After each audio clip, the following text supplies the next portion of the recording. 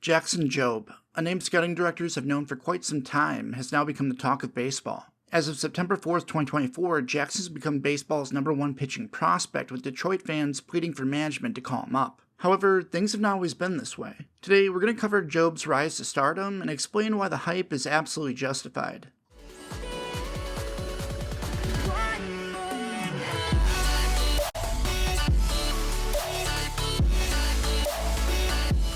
Jackson Jobe was a 2021 shortstop who was born in Irving, Texas and attended Liberty Christian initially. However, after his freshman year, he had moved to Oklahoma City with his family and transferred to Heritage Hall High School. Son of professional golfer Brant Jobe, Jackson would quickly make his mark on Heritage, displaying his pure athleticism on the football field. As a sophomore, he'd lead Heritage to an OSSAA AAA state title, throwing for 905 yards and 10 touchdowns. His junior year would be just as impressive. Despite not winning a state title, Jobe would be recognized as an All-City honorable mention, throwing for 1,119 yards and 14 touchdowns. In terms of his football accomplishments, that would be it, as he did not play his senior year, which is fairly normal for potential MLB draft picks. On the diamond, Jackson would first appear nationally in 2016 with D-Bat Elite, participating in multiple PG-13U Texas State tournaments, his last being the 2018 16U North Texas Championship before transferring to Heritage. Keep in mind, he'd only appear as an infielder for all three events. It wouldn't be until July's WWBA 15U Natty Championship that he would appear on the mound. The incoming sophomore would sit 82 to 85, displaying a 3-pitch mix to help Oklahoma Fuel get past the on-deck O's. Heading into his sophomore year, Jackson would attend PBR's Oklahoma Preseason All-State Showcase as a two-way prospect. In the field, he displayed above-average actions and accurate 90-mile-an-hour throws to first. At the plate, he demonstrated gap-to-gap ability with plus bat speed and upper 80s exit velos. And finally, on the mound, he pounded the zone with a 3-pitch mix highlighted by his mid-80s fastball and advanced tight-spinning breaking ball. While his pitching performance did give us a sneak peek of what was to come in the future, Jobe was still viewed as a high-level shortstop with two-way ability. In terms of his sophomore baseball season at Heritage, I unfortunately couldn't find any reliable stats, so we will be moving on to his 2019 showcase appearance. On June 6th of 2019, Jackson would make his first national appearance since 2018, working out as a two-way player for PG's Junior National Showcase. Much like his February PBR report, Jobe would impress on both sides of the field, displaying clean footwork, 90-mile-an-hour exit velos, and a mid-80s fastball with life touching 88, complemented by his high 70s hard-breaking slider. Once again, Jackson was viewed as a Division I worthy two-way talent, but this time his mound work would actually grade higher than his hitting grade, with fielding grade being the best. Yet another clue of what may happen in the future. On November 19th of 2019, Jobe would verbally commit as a two-way player to Ole Miss, and had the full intention of honoring his commitment, as he wasn't seen as a draft-worthy prospect at this point. Unfortunately, like many high schools, Heritage had to cancel their 2020 season due to that thing we can't mention on YouTube. So Jackson's only 2020 action other than training would happen at showcase events and tournaments. The first would be PBR's Oklahoma Top Senior Games. At this event, Jobe would establish himself as one of the nation's best two-way prospects. At the plate, he used his electric bat speed to produce 97-mile-an-hour exit velos, and at short, his clean footwork was complemented by his 96-mile-an-hour accurate throws to first. His speed had also improved, as he clocked in his fastest 60 ever at 6.85 seconds. Lastly, but most importantly, he impressed on the mound with a 92 to 93-mile-an-hour heater with plus control and a high 70s slider with sharp bite. This performance would help him rise in the PBR ranks and also added some new draft interest. However, Jackson's true breakout showcase would happen 2 weeks later at PG's 2020 National Showcase. The PG Evaluators report said it best, stating, "Jobe was a primary shortstop entering the event, but left Hoover as an elite-level right-handed pitcher.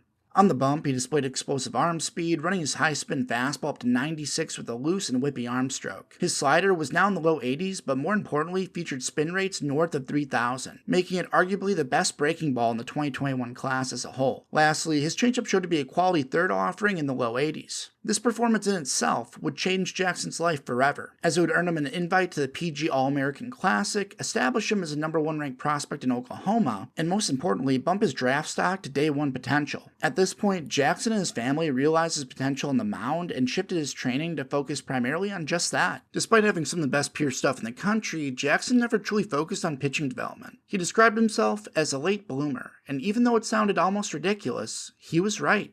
After working extremely hard all offseason, no one was ready for the results he was about to produce. In 2021, Jackson would lead Heritage Hall to a state championship while posting some of the most ridiculous stats I have personally ever seen by a high school baseball player. On the mound, he'd finish the year 9-1 with a .13 ERA. Over 52 innings, he'd strike out 122 batters, giving up 5 walks, 1 run, and 15 hits. Let me also mention, 2 of those wins came off no-hitters. As if that wasn't enough, he'd hit .469 at the plate with 7 home runs and 38 RBIs. Jackson basically became Oklahoma's Shohei Ohtani in 2021 and was rewarded accordingly. He would take home Oklahoma's Gatorade State Player of the Year award, Perfect Games Pitcher of the Year award, and would of course be named a PG All-American. Now, standing at 6'2", 190 pounds, the former shortstop routinely sat in the mid to upper 90s, touching as high as 99 near the end of his senior season with still room to grow. His low 80 slider was as nasty as ever with plus command, his changeup made leaps of improvement and was now a low 80s tumbler with plus potential, and lastly, his newfound curveball was in the upper 70s with good shape and above average potential. At this point, Jobe was a first round lock, and ranked as the 7th best draft prospect overall by MLB.com, trailing only Jack Leiter and Kumar Rocker in terms of pitching prospects. Heading into the draft, most first-rounders generally have an idea of where they're going the day before the draft. But for unknown reasons, Jackson was going into his big day truly blind. He stated, "I had no idea what was going on. I knew a few teams that liked me, but I had no idea who was going to pick me." This resulted in him only getting 4 hours of sleep the night prior. The Pirates held the first overall pick and it became quite clear days before the draft they were going to select a position player. However, instead of drafting the number 1 ranked prep Marcelo Mayer, they would opt to choose Louisville's Henry Davis, arguably the best college position player available and a cheaper player to sign compared to Marcelo. This allowed them to pay Anthony Solometto and Bubba Chandler well over slot due to the savings. The Rangers unsurprisingly continued their trend of drafting high-end college arms by taking Jack Leiter 2nd overall.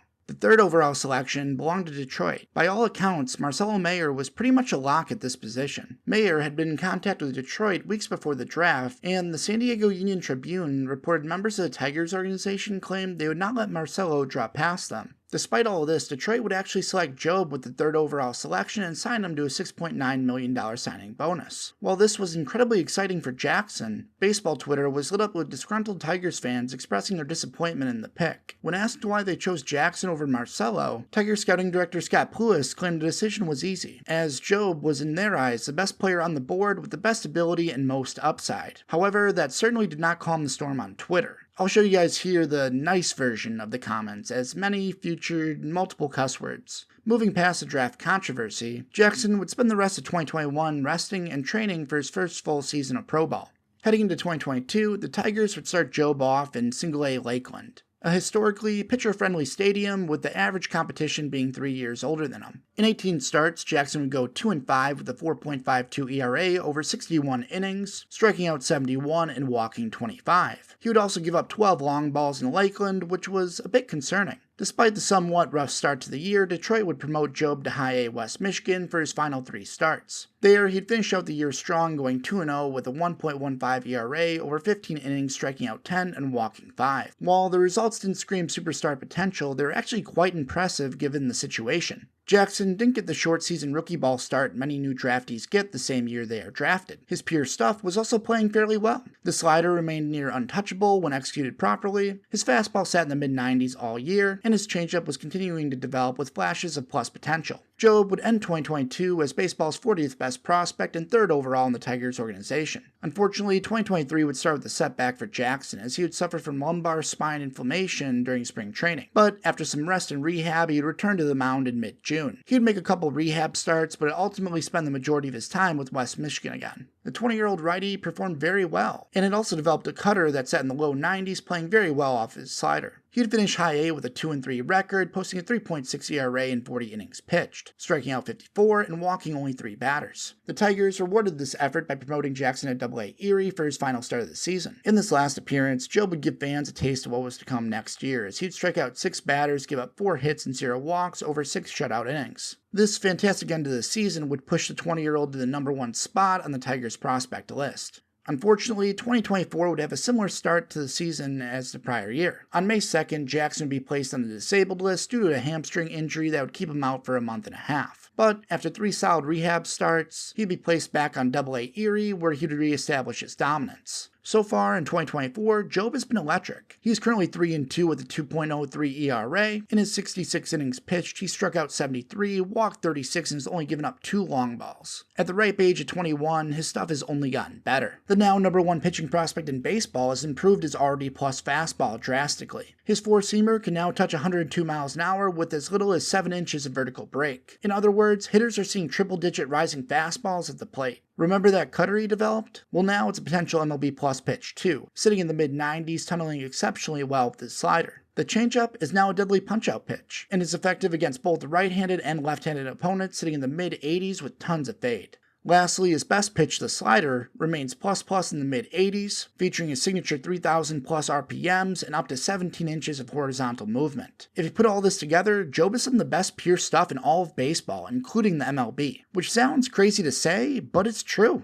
So why isn't he in the MLB yet? Well, despite Tigers fans' pleas to management, it sounds like Detroit is going to take the cautious route. And sadly, it makes sense. While it would be cool to see Jackson get a taste of MLB competition before playoffs start, the Tigers want him to get some experience in AAA before that happens. Jobe has yet to log more than 77 innings in a season and has tended to tire out a bit in August. I'm sure Detroit would rather call him up early next year when he is peaking, rather than force him out there this year and chance injury. Timeline-wise, I expect to see Detroit invite him to spring training next year, then potentially start him at AA before a very early call-up to AAA, followed by a mid-season MLB debut. Personally, I'm really big on Jobe. I think he has some of the best potential we have seen in a long time when it comes to pure stuff. His spin rates are otherworldly and his pitchability is becoming very impressive. The big question I have will be, can he stay healthy? In 3 seasons, he's had 2, albeit minor, non-arm related injuries that have slowed him early on. Will he be able to log multiple 100+ inning seasons while staying healthy and maintaining his stuff? My hope, and I think everyone's hope, is that the answer is yes.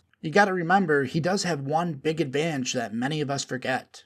Jackson was not a primary pitcher until his senior year. He also didn't pitch much in 2020 due to the canceled season. That means his arm has exponentially less mileage on it than other pitching prospects his age. Hopefully, this means we won't see any arm injuries in the near future. With all that said, I personally can't wait to see Jobe compete in 2025. The hype is real, and this kid is nasty. And that's about it for today, guys. If you enjoyed the video, make sure to like and subscribe for weekly content. Also hit that notification bell so you get notified when I post. If you have any current or former prospects you'd like me to cover, make sure to comment their names below. And as always, I hope you guys have a great rest of your day.